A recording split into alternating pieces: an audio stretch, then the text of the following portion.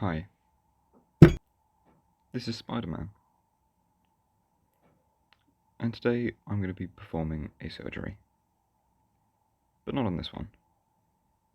This one's gooey, and it glows in the dark. This would make too much of a mess to perform surgery on. So, let's get rid of this one. This is what I'm going to be performing surgery on.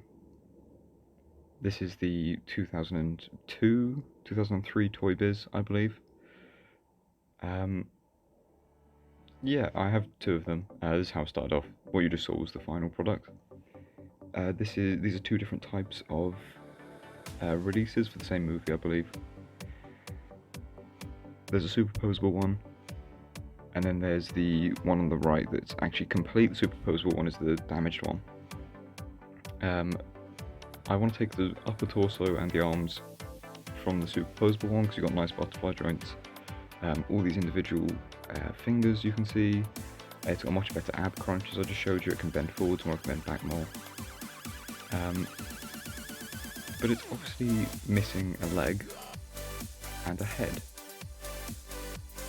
I actually preferred the legs on this one. They can move quite a bit. You've actually got ankle rotation on this one, like an ankle rocker. This one doesn't have that at all. Its legs only go up to 90 degrees, this one goes past them. What I'm doing here is I'm just putting a T-towel in. I forgot my rubber grips for the vice when I brought it home, and I don't want to put any scratches into this figure, especially since I'm trying to fix it and do it up. So I'm tightening it just enough so it doesn't wobble. And then we're going to cut into its groin.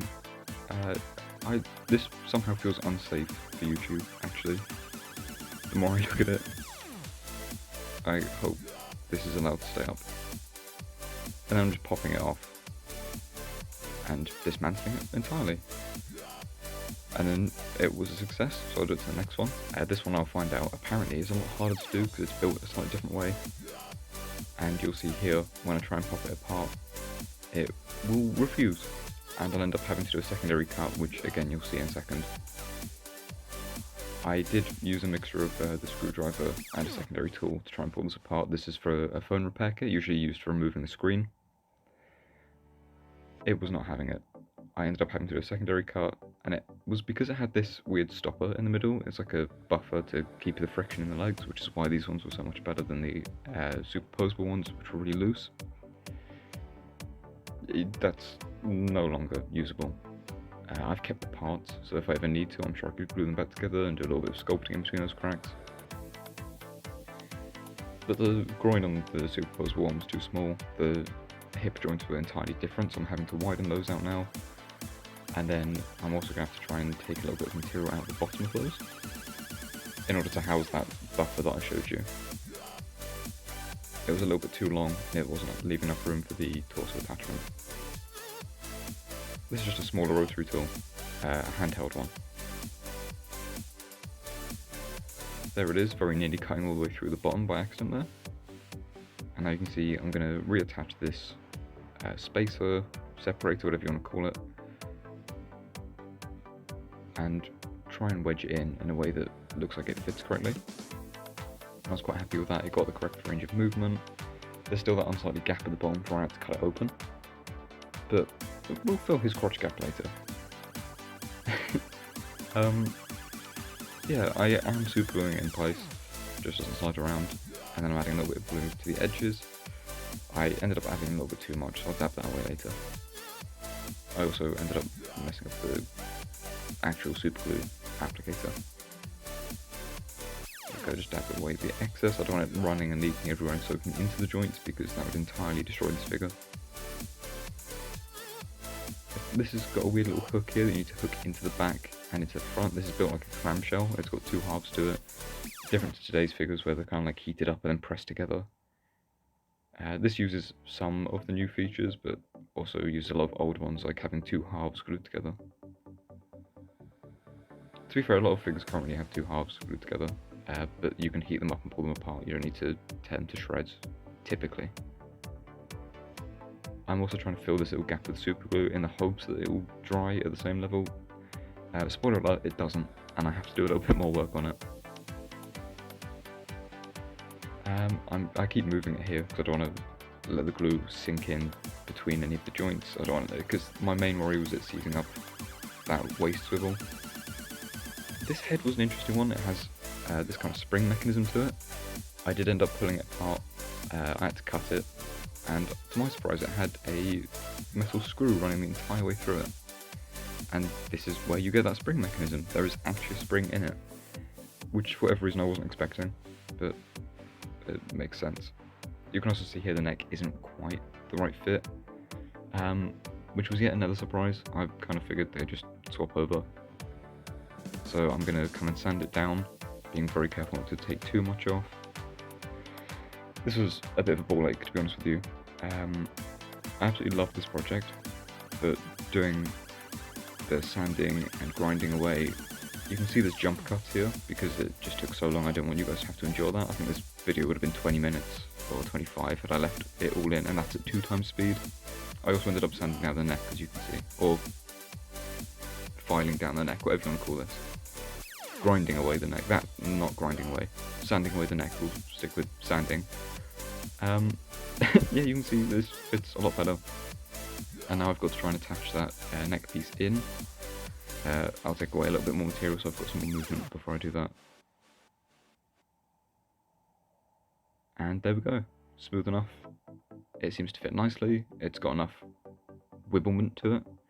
And I've got to find a way to add this. You can see I added another steel pin to the bottom, which is just made out of welding rod.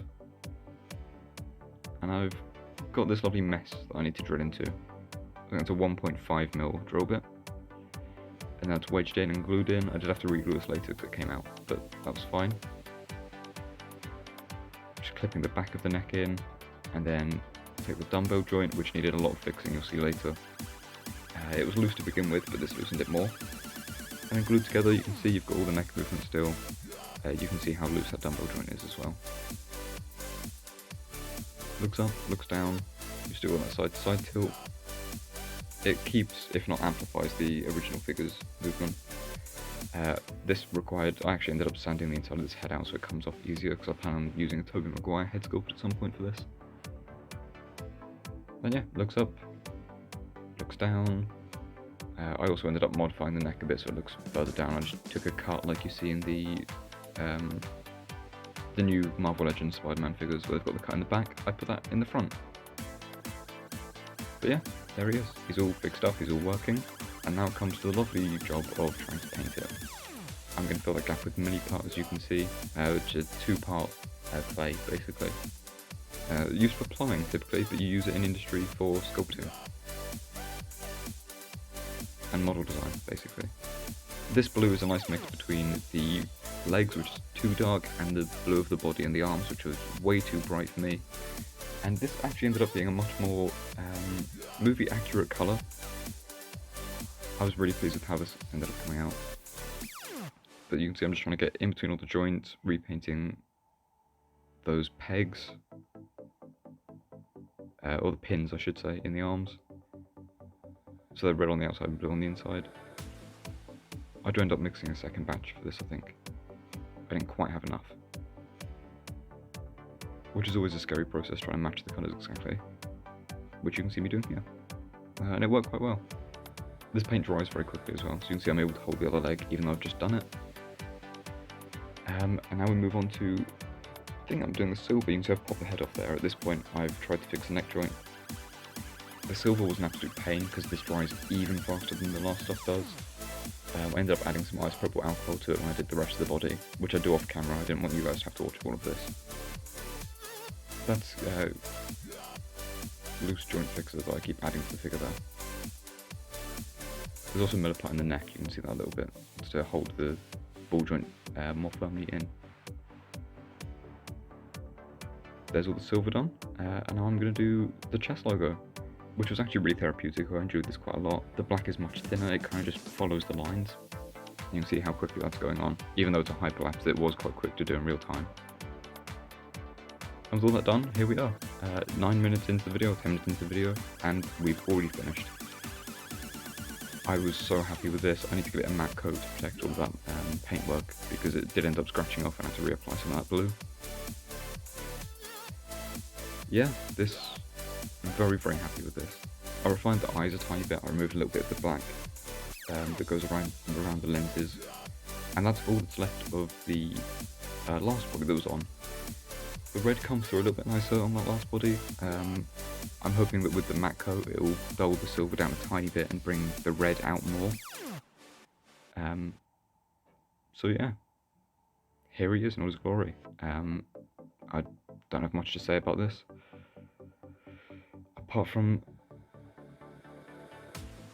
yeah, there's nothing. This ended up being really nice. I was really happy with this one. He gets into the pose he's meant to, and if you've seen my last Spider-Man fixing video, you'll see just how pedantic I am with trying to put him on the shelf. I like to make sure they're facing the correct way, they've got enough spacing between them, which is weird, because I'm not normally that much of a perfectionist with this kind of thing, but you can see I wasn't happy with that, so I'll go in and I'll move it again. As a little treat, I've got a stop motion coming up at the end for you, just to test out this figure basically, and I was actually quite happy with how it came out. It's 15 frames per second, so it's a bit more jittery than my usual stuff. But anyway, thank you for watching, I hope you've enjoyed this, and here's the stop motion. My back! Oh, my back! You want me to crack it?